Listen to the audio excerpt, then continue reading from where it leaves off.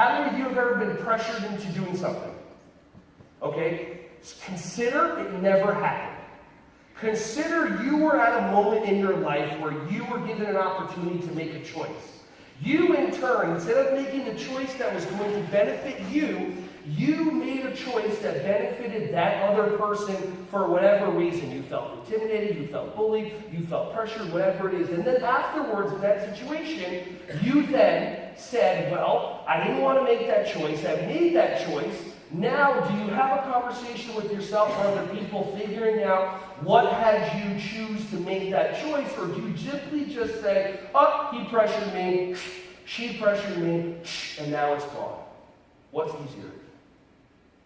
How many of you have ever been pressured by a parent to give them an answer when you're picking up their child? They ask a question, how bad was he? Oh, he did a great job today. No, how bad was he? Because the parent's trying to justify how their child acts at home. Obviously, he has to act that same exact way at school. Because parents create expectations too.